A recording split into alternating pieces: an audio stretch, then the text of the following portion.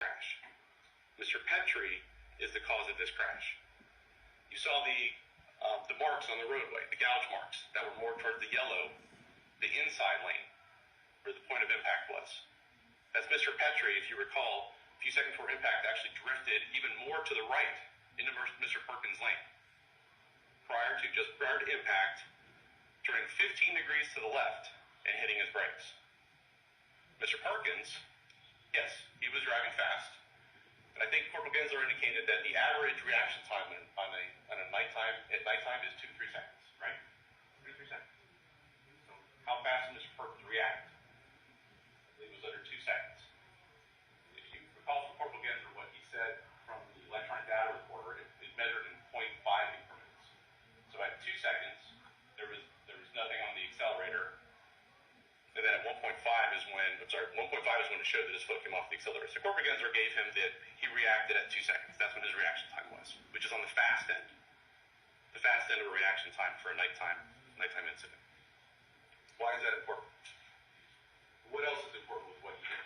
He turned to the left to avoid the danger of that truck coming out of nowhere at him.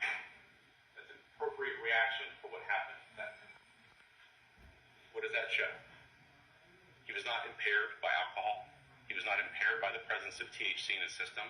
You'll read later in the instructions that the level of alcohol that he was at, he's actually presumed to be not impaired.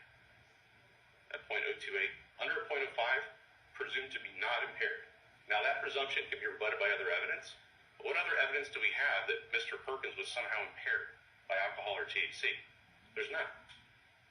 Absolutely none. He was driving fast on a 2-lane divided highway at night. Is he supposed to expect and anticipate that Thomas Petrie, with his lights off, and I'm going to get into that in a second, came out of nowhere in his lane and hit him head on? Is that reasonable? No. That is far beyond the expectation of what a normal driver would have to expect or should expect.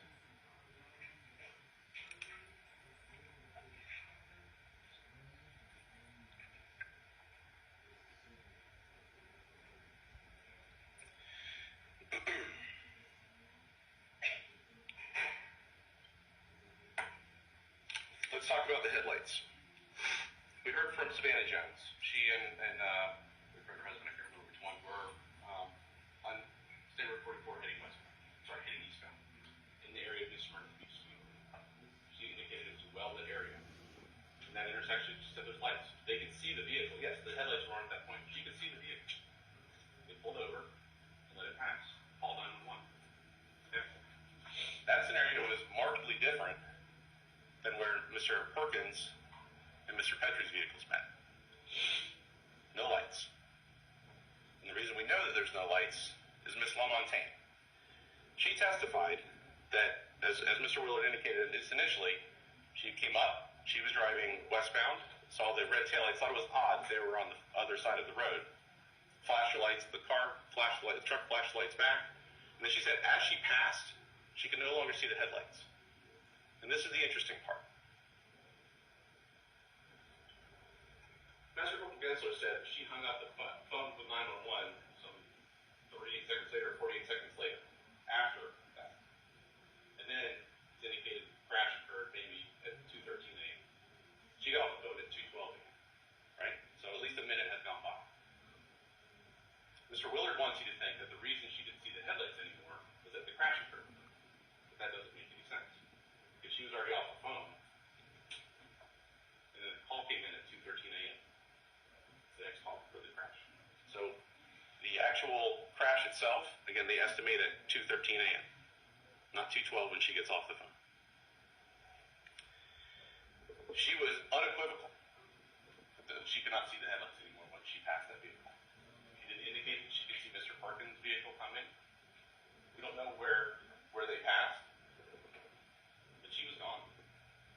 And the state said that Master Corporal Gensler told you that the headlights were in the on position, the auto on position.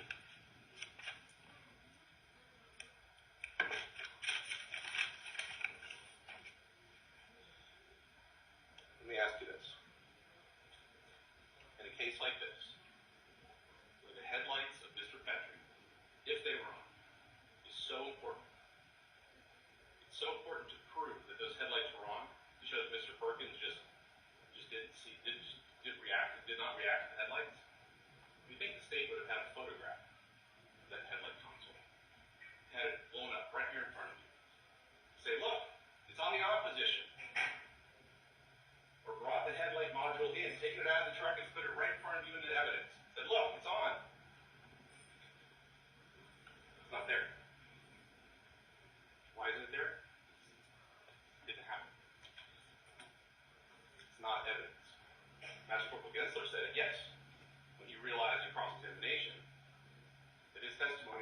principal as maybe you thought it was.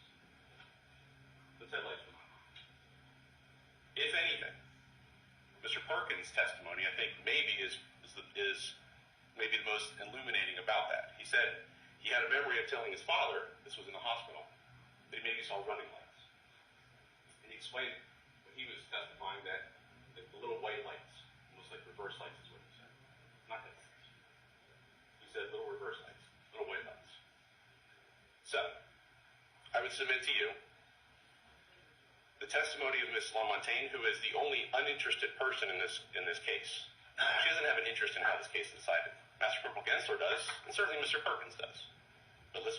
LaMontagne, not at all. I believe her testimony to be the most credible, and the timing of her testimony should also be given the weight it deserves.